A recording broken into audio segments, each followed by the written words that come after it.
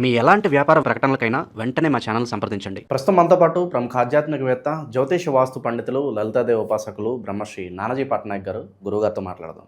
నమస్కారం గురుగారు. శ్రీమాత్రే నమః. గురుగారు, 2026లో మొదటి సూర్యగ్రహణం మనకి ఎప్పుడు ఉండబోతుంది? మన భారతదేశంలో ప్రభావం ఉంటుందా ఉండదా? ఓవరాల్గా ప్రజలందరూ కూడా ఏ విధంగా జాగ్రత్త పడాలంటారు? ఓవరాల్గా ఏ రాసుల వాళ్ళకి ఇది బెనిఫిట్ అంటారు గురుగారు? తప్పకుండా అండి. మనకి ప్రతిసారి వచ్చే సూర్యగ్రహణానికి ఈ సూర్యగ్రహణానికి చాలా ప్రాముఖ్యత ఉందండి. మీకు ప్రతిసారి వచ్చే సూర్యగ్రహణం మీకు చతుర్గ్రహ కూటమి, పంచగ్రహ కూటమి రావాలని రూల్ లేదు. పంచగ్రహ కూటమితో కూడిన సూర్యగ్రహణం ఇది. అంటే మనకి రవికి ఆల్రెడీ గ్రహణం పడుతుంది. రాహువు, చంద్రుడు అక్కడే ఉంటాడు అమావాస్య రోజు కాబట్టి. శుక్రుడు, బుధుడు 17వ తేదీ ఉంది. అయితే ఈ సూర్యగ్రహణం మన ఇండియాలో దాని ప్రభావం లేకపోయినా మనకి సౌత్ అమెరికా ఇట్లా కొన్ని బయట దేశాల్లో ఉన్నప్పటికీ ఇది పంచగ్రహ కూటమితో కుంభరాశిలో ఏర్పడుతుంది కాబట్టి కొన్ని రాసుల వారికి చాలా మంచి చేస్తుంది. ఈ పంచగ్రహ కూటమితో ఉంది కాబట్టి కొన్ని రాసుల వారు ఏ విషయంలో జాగ్రత్తగా ఉండాలో చెప్తాను నేను మీకు. అయితే ఎప్పుడు కూడా గ్రహణం అనేటువంటిది ఆ రాశి, ఆ ముందు రాశి, ఆ వెనక రాశిలో ఎక్కువ ఉంటుంది. అంటే కుంభము, మీనము, మకరం, అలాగే కుంభ నుంచి కోణ రాశులైనటువంటి మిథునము, తుల, ఈ 5 రాసుల వారికి, అది కూడా ఇక్కడ కాదు విదేశాల్లో ఉండే వాళ్ళకి ప్రభావం ఉంటుంది. ఇక్కడ ఉండే వాళ్ళ గురించి ఏం టెన్షన్ పడాల్సిన అవసరం లేదు. అంటే గర్భవతులు కదలకుండా పడుకోవడం కానీ, మనం ముందుగా భోజనం చేయాల్సింది కానీ అవసరం లేదు. కానీ ఒకటి మాత్రం చేసుకోవచ్చు, ఎక్కడైనా సరే మనకి ఏ దేశంలో లేకపోయినా ఉన్న గ్రహణం రోజు మనం చేసే జపం కానీ, హోమం కానీ, తర్పణం కానీ వీటి ప్రభావం మంచి ఫలితాలు ఇస్తాయి. ఆ రోజు ఉదయం 9:30 ప్రాంతం నుంచి మధ్యాహ్నం 12:30 మధ్యలో ఉంటుంది గ్రహణం, మనకి ఏ దేశాల్లో అయితే ఏర్పడుతుందో అక్కడ. అయితే ఎవరైనా సరే ఆ రోజు కనుక వాళ్ళ ఇష్టదైవ మంత్రాన్ని కనుక చేసుకుంటే ఖచ్చితంగా బాగుంటుంది. అయితే ఈ 12 రాసుల వారికి ఏ ఫలితాలు వస్తాయి చూసుకుంటే, మేషం వారికి 11వ స్థానంలో గ్రహణం చాలా మంచిది, వ్యాపార అభివృద్ధిని ఇస్తుంది. కాకపోతే వీళ్ళు గ్రహణం నుంచి 40 రోజులు కొన్ని జాగ్రత్తలు తీసుకోవాలి. ఏమిటది అంటే, వీళ్ళు ఎట్టి పరిస్థితుల్లో భూముల మీద లోన్స్ తీసుకోవడం కానీ, భూముల మీద లోన్ పెట్టి భూములు తీసుకోవడం కానీ, అట్లాగే భూములు కొనుగోలు చేసేటప్పుడు ఏదైనా లిటిగేషన్ ల్యాండ్స్ ఏమైనా తీసుకుంటున్నామా అనేటువంటి చూసుకొని తీసుకోవాలి. లాంగ్ జర్నీస్ వెళ్ళేటప్పుడు కూడా జాగ్రత్త పడాలి. బట్ ఫైనాన్షియల్ గ్రోత్, అన్ని రకాల లాభాలు, వివాహ సంబంధాలు కుదరడం, వీటన్నిటికీ కూడా ఈ గ్రహం ప్లస్ 5 గ్రహాలు పంచగ్రహ కూటమి మంచి ఫలితాలు ఇస్తుంది. ఇక వృషభం వారికి కనుక చూసుకుంటే, వీళ్ళు ప్రేమ వ్యవహారాలు, అగ్రిమెంట్స్ రాసుకునేటువంటి విషయాల్లోని, ఇన్సూరెన్సెస్ విషయాల్లో జాగ్రత్తగా ఉండాలి. అండ్ వాహనం మీద వెళ్ళేటప్పుడు. బట్ వీళ్ళకి కూడా దశమంలో గ్రహణం కాబట్టి ఖచ్చితంగా కెరియర్ పరంగా మంచి గ్రోత్ ఇస్తుంది. ఇక మిథునం వారికి కనుక చూసుకుంటే, వివాహము, ప్రాపర్టీస్ తీసుకునే విషయాలు, మనీ మ్యాటర్స్ విషయంలో జాగ్రత్తగా ఉండాలి. భాగ్యస్థానంలో గ్రహణం కాబట్టి తండ్రి ఆరోగ్య విషయంలో జాగ్రత్తగా ఉండాలి.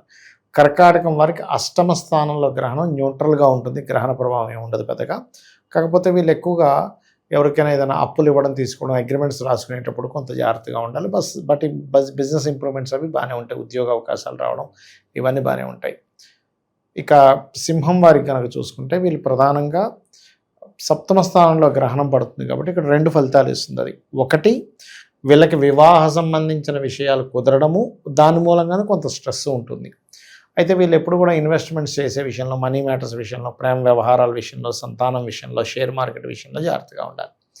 ఇక కన్యవారికి కనుక చూసుకుంటే, ఇది పర్టికులర్గా ఫైనాన్షియల్ గ్రోత్ని ఇస్తుంది. ఎందుకంటే కన్యవారికి 6వ స్థానంలో గ్రహణం చాలా మంచిది. 6లో అధిక గ్రహాలు ఉంటే శత్రువుపై జయిస్తాడు, కోర్టు కేసుల మీద గెలుపు ఉంటుంది. కాకపోతే వ్యాపారాల విషయంలో, వ్యాపారంలో మనీ మ్యాటర్స్ విషయంలో జాగ్రత్తగా ఉండాలి. ఇక తులవారికి కనుక చూసుకుంటే, 5వ గ్రహణం ఇక్కడ ఇండియాలో ఉండేవాళ్ళు కాదు కానీ బయట దేశాల్లో ఎక్కడైతే గ్రహణం పడుతుందో అక్కడ ఆడపడుచులు, గర్భం దాల్చినటువంటి స్త్రీలు జాగ్రత్త వహించాలి ఖచ్చితంగా. వీళ్ళకి కూడా ఫైనాన్షియల్ గ్రోత్ ఉంది, ఇన్సూరెన్సెస్ మూలంగా కలిసి వస్తాయి ఉన్నాయి. కాకపోతే ఇక్కడ వీళ్ళకి ఏంటంటే తొందరపాటు నిర్ణయాలు ఏం తీసుకుంటారంటే, అనాలోచితంగా ఉద్యోగ సంబంధించినటువంటి విషయాల్లో తొందరపాటు నిర్ణయాలు తీసుకుంటారు. ఇది తీసుకోకూడదు. గ్రహణం నుంచి 40 రోజులు దీని ప్రభావం. ఇక వృశ్చికం వారికి వివాహ సంబంధాలు కుదురుతాయి, కాకపోతే లాంగ్ జర్నీస్ వెళ్ళేటప్పుడు జాగ్రత్తగా ఉండాలి, బిజినెస్ల విషయంలో జాగ్రత్తగా ఉండాలి. ఇక 4వ స్థానంలో గ్రహణం వీరికి, వృశ్చికం వారికి. అయితే ప్రాపర్టీస్ కొనడము, కొన్న ప్రాపర్టీస్లో చిన్న చిన్న స్ట్రెస్లు అవి ఉంటాయి. ఇక ధనస్సు వారికి కనుక చూసుకుంటే ప్లేస్ చేంజ్ అవుతారు. పంచగ్రహ కూటమి 3లో ఏర్పడుతున్నందుకు, గ్రహణం ఏర్పడుతున్నందుకు. అయితే ధనస్సులో 3వ స్థానంలో గ్రహణం చాలా మంచిది. కొన్ని ధైర్య సాహసాలతో కొన్ని పనులు చేస్తారు. వివాహాలు కుదురుతాయి, బిజినెస్లో ఇంప్రూవ్మెంట్స్ ఉంటాయి. కాకపోతే వీళ్ళు ఇన్సూరెన్సెస్ విషయాల్లో జాగ్రత్తగా ఉండాలి. జాబ్ విషయంలో తొందరపాటు నిర్ణయాలు పనికిరావు. ఇక మకరం వారికి కనుక చూసుకుంటే ధనస్థానంలో గ్రహణం పడుతుంది.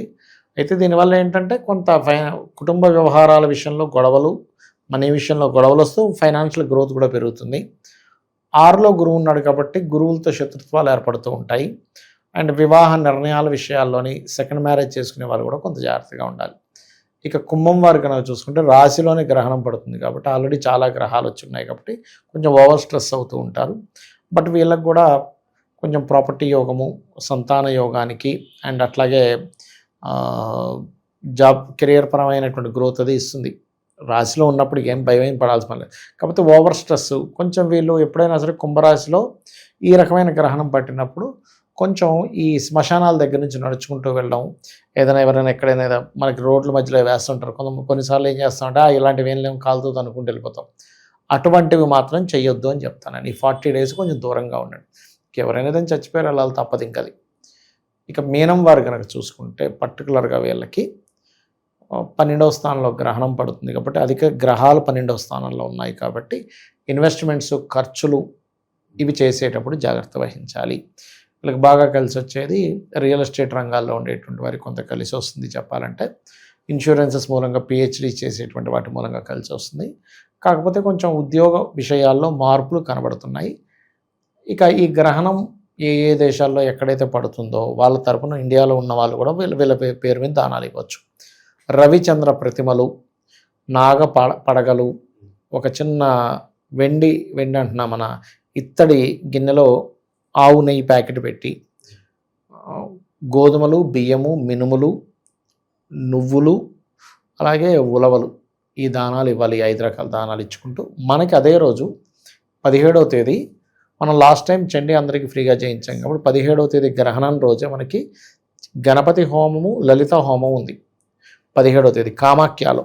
ఎందుకంటే గ్రహణం రోజు చేసే ఎటువంటి జపమైనా 1000 రెట్లు ఫలితం ఇస్తుంది. 1000 సార్లు హోమం చేసిన ఫలితం. ఇదొక ఎత్తు అయితే శక్తిపీఠాల్లో చేస్తే కూడా అది కూడా 1000 రెట్లు ఫలితం. అంటే 1000 × 1000 అనుకోండి పరిస్థితి. కాబట్టి అధిక ఫలితం వస్తుంది.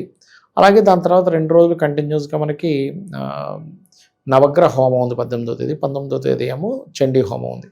ఎవరైనా పార్టిసిపేట్ చేయాలనుకునేటువంటి వారు ఇక్కడ ఇచ్చే నెంబర్లు కింద వాళ్ళు గోత్రనామాలు పంపిస్తే వివరాలు వస్తాయి.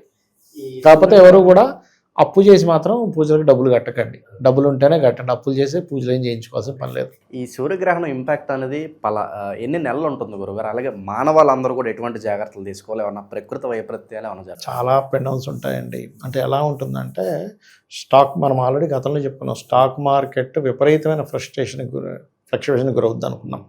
అలాగే అవుతుంటుంది.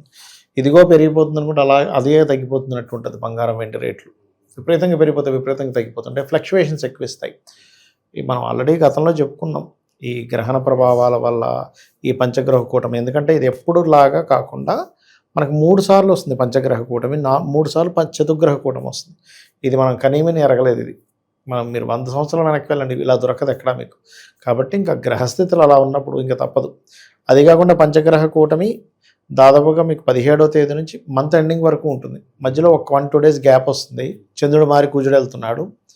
సో దీని ప్రభావం మాత్రం ప్రకృతి వైపరీత్యాల మీద, ఈ గాల్లో వచ్చేటువంటి కొన్ని ఎయిరీ రిలేటెడ్గా వచ్చేటువంటి కొన్ని డిస్టర్బెన్సెస్ ఆల్రెడీ మనం చెప్పుకున్నాం. ఇవన్నీ కూడా జరుగుతాయి. ఇంకా ఫ్లైట్ రిలేటెడ్ మొన్న ఒకతను ఇదయ్యారు చూసారా, ఆ ఫ్లైట్ రిలేటెడ్ థింగ్స్ ఇంకా ఉన్నాయండి, ఇంకా ఉన్నాయి చెప్పాలంటే. సో ఇంపాక్ట్ అనేది ఎంతకాలం ఉండొచ్చు అంటారు ఇలాంటి పరిస్థితులు? ఇలాంటి పరిస్థితులు ఎట్లా అంటే ఇంపాక్ట్ ఆల్మోస్ట్ ఇది ఒక 1.5 year ఉంటుంది చెప్పాలంటే. కాకపోతే first 6 months airy related things ఇంకా పెరుగుతాయి. అంటే ఫస్ట్ 6 months ఎలా ఉంటుందంటే ఈ ఫ్లక్చువేషన్స్ కానీ, ఈ ఫ్లైట్ రిలేటెడ్ థింగ్స్ కానీ, ఈ రాజకీయ నాయకులకు కానీ నవంబర్ వరకు ఉందండి దీని ప్రభావం చెప్పాలంటే. అది కాకపోతే ఈ గోల్డు, ఈ సిల్వరు, వీటి యొక్క రేట్లు పెరుగుతూనే ఉంటాయి సంవత్సరం వరకు విపరీతంగా. అదే దీంట్లో మళ్ళీ ఇమీడియట్లీ తగ్గుతున్నట్టు అనిపిస్తుంది. అయ్యయ్యో అని కంగారు పడేలా చేస్తుంది జనం. సో ఒక 2 days బ్యాక్ చూడండి కొంచెం క్రాష్ అయింది, కొంచెం మార్కెట్ కిందకు వచ్చింది. అసలు ఎవరికి చాలా వాలటైల్గా ఉంది, ఎవరికి అర్థం కావట్లేదు ఎప్పుడు పెరుగుతుంది ఎప్పుడు అవునవును మళ్ళీ పెరుగుతుంది మళ్ళీ తగ్గుతుంది. ఇది కామన్. ఇంకా ఉగాది తర్వాత మీ ప్రెడిక్షన్ ఏంటి గురుగారు? మరి కొనొచ్చు అంటారా, ముందే కొనుక్కుంటే బెటర్ అంటారా? నన్ను అడిగితే యాక్చువల్గా కొనాల్సింది మనం 4 నెలల క్రితమే చెప్పామండి, సిల్వర్ విపరీతంగా పెరుగుతుందని. మీరు చూసే ఉంటారు నా వీడియోలో. విపరీతంగా అసలు ఎందుకు పెరుగుతుందో అర్థం కాదంటే పెరుగుతుందని చెప్పాం. ఇప్పుడంతా ఎలా ఉందంటే పొజిషను మీకు తగ్గినప్పుడు కొనుక్కోవాలి, పెరిగినప్పుడు అమ్మేసుకోవాలి. అదొక షేర్ మార్కెట్లా చేసుకోవాలి దీన్ని. ఎప్పుడు తగ్గుతుందో కొనుక్కుంటే మళ్ళీ వెంటనే పెరుగుతుంది, మళ్ళీ వెంటనే తగ్గుతుంది 1 dayలోనే. అట్లా ఉంటుంది ఇప్పుడంతా కూడా.